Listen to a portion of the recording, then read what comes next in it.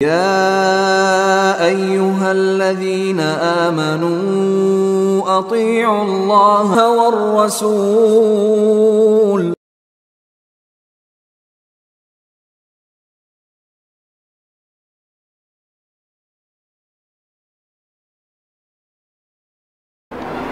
उसमें दूसरी चीज जो हमको और हमारे माशरे को बर्बादी की तरफ ले जा रही है वो बिदआत है। बिदअत ऐसा अमल है कि जिससे आमाल, नेक आमाल बर्बाद हो जाते हैं। शिर्क के बाद अगर सबसे बड़ा गुनाह कोई है तो वो बिदअत है। और बिदअत किसको कहते हैं? दीन में नया काम, ऐसा काम जो खैरुल कुरून में मोहम्मद सल्लल्लाहु अलैहि वसल्लम, सहाबा, ताबईन, अतबाए ताबईन, इन अदवार में जो अमल दीन के नाम पर नहीं किया जाता था उसको दीन समझकर, दीन कहकर उस पर अमल करना, ऐसे अमल को बिदअत कहते हैं। इसलिए बिदअत को समझना, ताकि बिदअत समझकर हम बिदअत से रुकें। अल्लाह ताला ने फरमाया कुल हल नुनब्बिउकुम बिल अक्सरीना आमाला, क्या मैं आपको ये ना बताऊं कि आमाल के मामले में, आमाल के सिलसिले में सबसे ज्यादा खसारे वाले कौन हैं?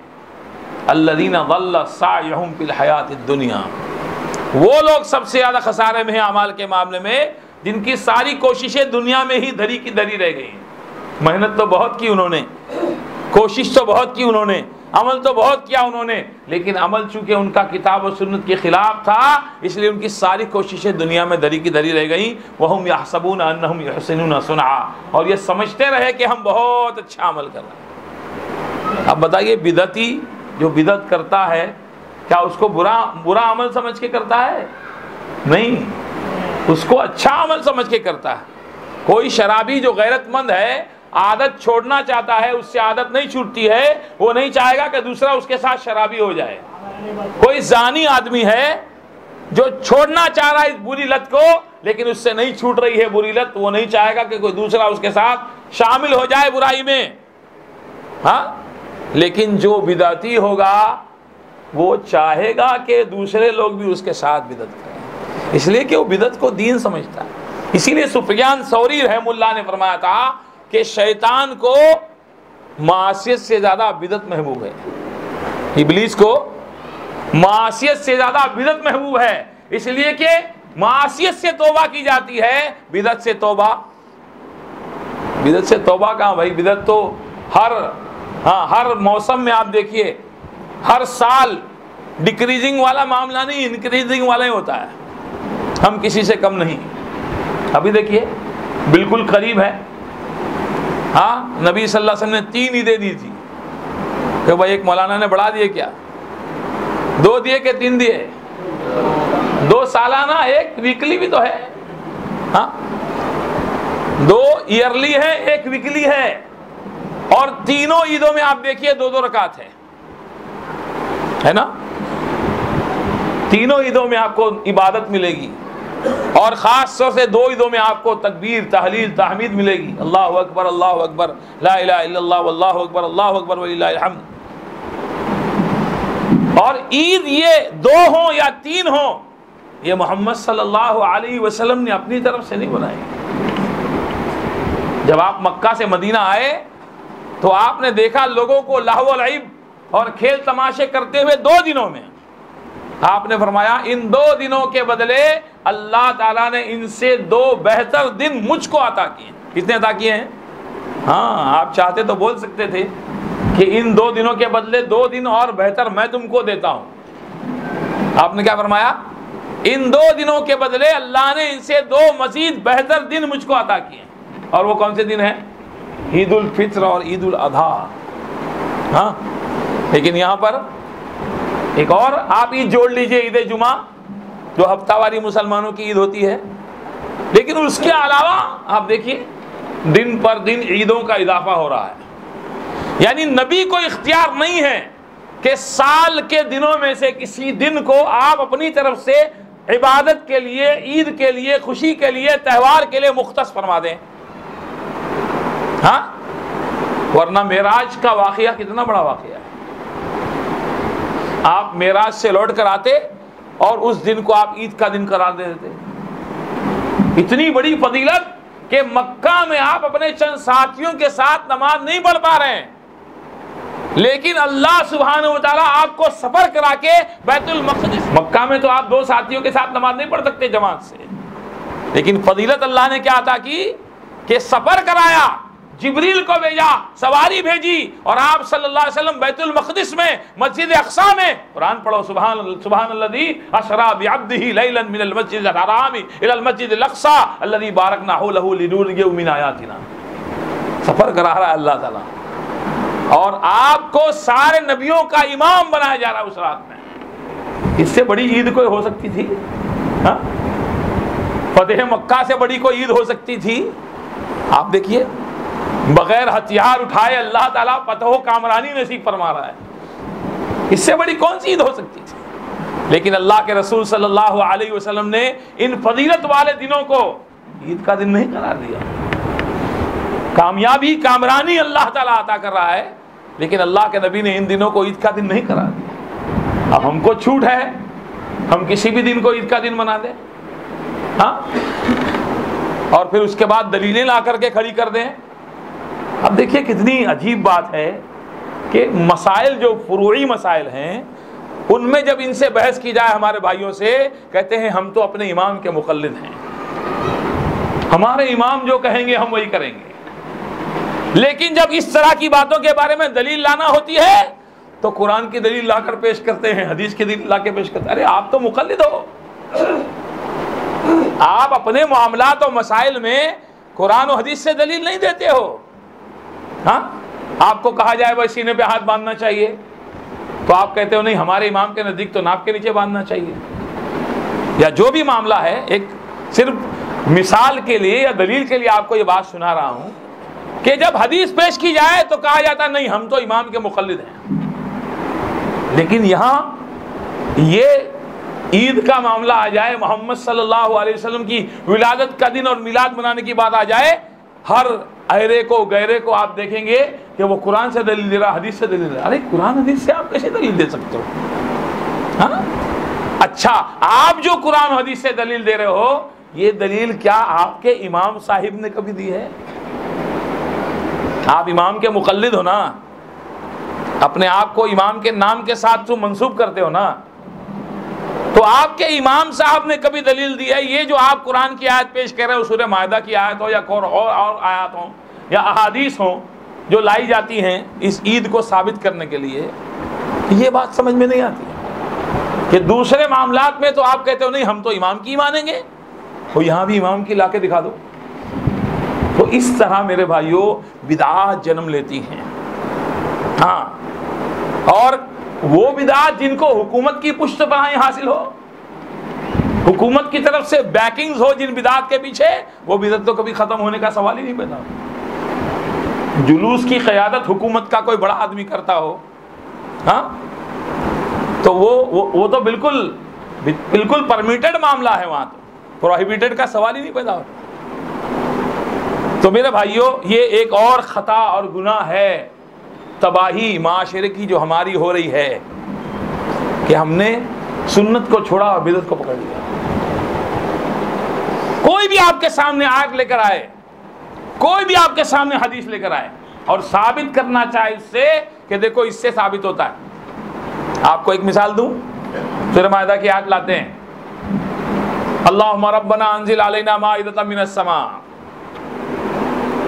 ईसाइयों ने कहा, ईसा अलैहिस्सलाम ने कहा, अल्लाह सुब्हानहू व तआला रब्बुल आलमीन से दुआ की, अल्लाह ताला आसमान से हमारे ऊपर एक दस्तरखान नाजिल फरमा, ताकि दस्तरखान नाजिल होने का वाला दिन हमारे अव्वलीन और आखिरीन के लिए खुशी का और ईद का दिन हो जाए और तेरी तरफ से एक निशानी और दलील हो जाए। मौलाना साहब कुरान की आयत और तर्जुमा पेश कर दिए और नंबर भी दे दिया आयत का, लेकिन अब अपनी बात शुरू करते हैं। क्या? देखो वो ख्वान और दस्तरखान अगर नाजिल हो जाता तो वो ईद का दिन होता कि नहीं होता? सारे ऑडियंस कहते हैं हाँ होता। तो एक दस्तरखान नाजिल हो जाए तो वो दिन ईद का दिन हो जाए अव्वलीन और आखिरीन के लिए, और मोहम्मद रसूलुल्लाह आए तशरीफ लाएं तो वो दिन ईद का दिन ना हो सके, नारे तकबीर अल्लाह अकबर, है ना दलील? कुरान से दे रहा भाई, कुरान से दलील दे रहा है। हमारा जवाब क्या होगा? हाँ, हमारा जवाब ये होगा कि जो तफसीर कुरान की आप पेश कर रहे हो या जल्दी दलील जो बना रहे हो आप इस आयत को मोहम्मद सल्लल्लाहु अलैहि वसल्लम का मिलाद मनाने की, आपसे पहले किसने इसको दलील बनाया था? खैरुल कुरून में कुरान मौजूद था, सहाबा ताबईन अतबा ताबईन कुरान पढ़ते समझते थे कि नहीं थे? उनको ये आयत नजर नहीं आई थी, आपको नजर आ गई। 1400 साल गुजरने के बाद अल्लामा और फहामा खड़े हो गए कुरान की तफसीर करने के लिए। खैर मेरे भाइयों, बातें बहुत हैं। तो ये बिदत जो है ये भी माशरे की तबाही, हालात, मौजूदा हालात आपको सुनने हैं तो पहले अपने हालात पर ही गौर कर लें। हाँ, अंदर सर फटव्वल हो और बाहर मेहनत करने की हम कोशिश करें, वैसी कामयाबी नहीं मिलेगी आपको। पहले अंदर का मामला दुरुस्त हो जाए। कुछ लोग कहेंगे आप अंदर का ही मामला दुरुस्त करते रहोगे। हाँ भाई, अंदर का मामला पहले हमको दुरुस्त करना है, इसलिए कि प्रॉफिट की फिक्र हम बाद में करेंगे, पहले हमको अपने इन्वेस्टमेंट की फिक्र करना है। ये अंदर के जितने हैं ना, ये सारा इन्वेस्टमेंट है, जो बाहर के आएंगे वो सारा प्रॉफिट होगा। आप देखिए, दलील कुरान से चाहिए आपको। हाँ, अबसा व तवल्ला अन जाअहुल आमा वमा युद्रिका लअल्लहु यज़्ज़क्का। हाँ, एक ईमान वाला मौजूद है, ईमान वाला, उसकी मौजूदगी में अल्लाह के रसूल सल्लल्लाहु अलैहि वसल्लम के पास सवाल करने आते हैं। अब्दुल्लाह इब्न उम्मे मक्तूम ईमान वाले हैं, मुसलमान हैं, मोमिन हैं, लेकिन अल्लाह के नबी के पास ऐसे वक्त में सवाल करने के लिए आते हैं कि कुछ मुशरिकीन आपके पास बैठे हुए हैं, और जब ये सवाल करते हैं तो नबी को नागवार होता है और आप नाराज होकर अपना चेहरा फेर लेते हैं। अल्लाह ताला जिब्रील को भेज देता है कि आपने तेवरी चढ़ाई, आप नाराज हुए, आपने मुंह फेर लिया, जबकि आपके पास एक अंधा आया और आपको क्या मालूम है जो आपके पास आए हैं वो हिदायत पाएंगे नहीं पाएंगे, वो तस्किया उनको हासिल होगा या नहीं होगा। लेकिन एक आदमी जो पाक है, एक आदमी जो हिदायत पर है, आप उसकी तरफ तवज्जो नहीं दे रहे हैं। तो पहले भाई अपनों की फिक्र ठीक है, अपनों के साथ साथ बाहर वालों की भी फिक्र हो, ठीक है, लेकिन ज्यादा फिक्र रासुल माल की आदमी को होती है, इन्वेस्टमेंट की। इन्वेस्टमेंट ही नहीं बचेगा तो प्रॉफिट कहां से आएगा? हाँ, तो ये जितने हमारे अंदर वाले हैं ये सब का सब इन्वेस्टमेंट है, इसलिए इनकी फिक्र भी करना है। ही नहीं कह रहा मैं, सारा ही और भी का ही मामला है। हाँ, ये ही और भी मुसलमानों को समझ में आ गया तो फिर सब पूरे वारे नहीं आ रहे हैं इंशाअल्लाह। तो बिदत मेरे भाइयों एक ऐसा घिनौना जुर्म है जो हमारे माशरे को तबाही की तरफ ले जा रहा है, और बिदती जो है ये इतना बड़ा गुनाहगार है, आपको मालूम है? अल्लाह के नबी ने इस जुर्म के बारे में हर खुतबे में फरमाया, कुल्लु बिदातिन दलाला। मौलाना तो तकसीम कर रहे हैं, ये हसना है और ये सय्या है। आप चोरी को तकसीम कर सकते हैं क्या? हाँ, हबीब मंजिल की मस्जिद से अगर किसी ने तफसीर इब्ने कसीर चुरा ली, किसी ने अहसनुल बयान चुरा लिया, किसी ने सही बुखारी का सेट चुरा लिया, बहुत अच्छी चोरी किया भाई, पीठ थपथपाओ उसकी, है ना? और एम्पलीफायर चुराया, माइक चुराया, पंखा बत्ती लाइट चुराया, बहुत बुरी चोरी किया। तकसीम करते हैं आप चोरी को? हाँ, अच्छी चोरी और बुरी चोरी, चोरी को चोरी ही कहा जाता है।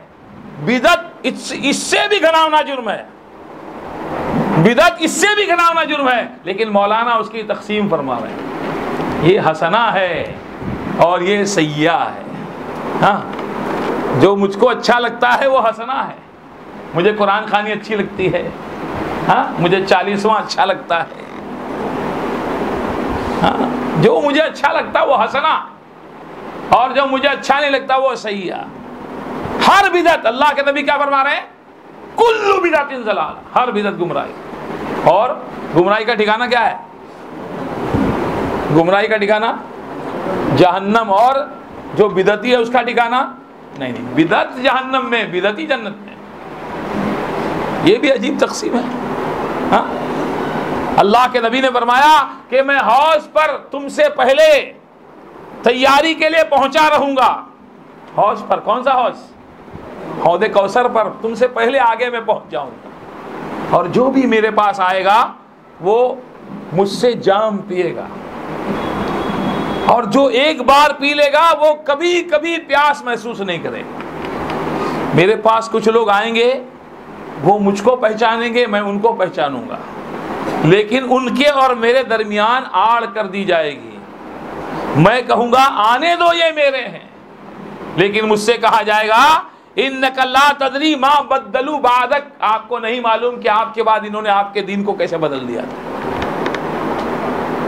आपको फरिश्ते बताएंगे कि ये वो लोग हैं जिन्होंने आपके दीन को बदल दिया था। अभी जो बुला रहे थे वो क्या फरमाएंगे? सोहकन सोहकन लिमन बद्दला बादी, दूर करो इनको मेरी निगाहों से जिन्होंने मेरे दीन को बदल दिया। ये कौन है? ये बिदअती हैं, ये दीन में नए नए काम निकालने वाले हैं, ये दीन को नामुकम्मल समझने वाले हैं। हाँ, आयशा रज़ी अल्लाह अन्हा का कौल आप देखिए, इमाम मालिक रहमुल्लाह का कौल आप देखिए कि जिसने कहा कि नबी सल्लल्लाहु अलैहि वसल्लम ने दीन में से कुछ छुपा लिया, उसने अल्लाह पर बहुत बड़ा इल्जाम लगाया। इसलिए कि अल्लाह फरमाता है या अय्युहा रसूल बल्लिग मा उन्ज़िला इलैका मिन रब्बिक, है रसूल अल्लाह की तरफ से जो आपको मिला है वो सब आप अल्लाह के बंदों तक पहुंचाएं। आपने छुपा लिया, आपने छुपा लिया। हाँ, कुछ ऐसा इल्म है जो अली को बताया, जो सीना बसीना चला आ रहा है, दूसरे सहाबा को आपने नहीं बताया। ऐसा कोई इल्म नहीं है जो अल्लाह के नबी ने किसी खास सहाबी को बताया हो। अरे सलमान फारसी से यहूदियों ने मजाकन पूछा, इस्तेहजा के तौर पे पूछा कि तुम्हारा नबी तुमको पेशाब पकाने का तरीका भी सिखाता है? तो सलमान फारसी रज़ी अल्लाह अन्हु ने झेप नहीं खाई जैसे हमको झेप होने लगती, हमारे यहाँ तो ऐसा है, लेकिन अपन नहीं मानते। कुफ्र की तरफ चला जाता है आदमी, कुफ्र की तरफ चला जाता है, इस तरह की बातें कर। नहीं मालूम है, चुप रहे भाई। हमारे यहाँ एक उसूल चलता है कुछ लोगों के दरमियान, चुप नहीं रहने का, कुछ भी बोलने का। हाँ, अगर तसल्ली नहीं दिया तो कम से कम कंफ्यूज तो किया, कुछ तो किया भाई। हाँ, अगर सामने वाले को तसल्ली नहीं हुई तो वो कंफ्यूज तो हुआ ना, खामोश रहता तो कुछ भी नहीं होता। लेकिन ये भी इल्म है कि आदमी कहे ला अदरी, आई डोंट नो, ये भी इल्म है। तो मेरे भाइयों, ये बिदअत जो है ये बड़ा घिनौना जुर्म है, और ये अल्लाह के नबी सल्लल्लाहु अलैहि वसल्लम की मुबारक हाथों से जामे कौसर से महरूम हो जाएगा, जो दीन में नए नए काम निकाले, दीन में नए नए काम। और बिदअत कोई भी हसना नहीं होती है, सारी बिदअतें सय्या होती हैं।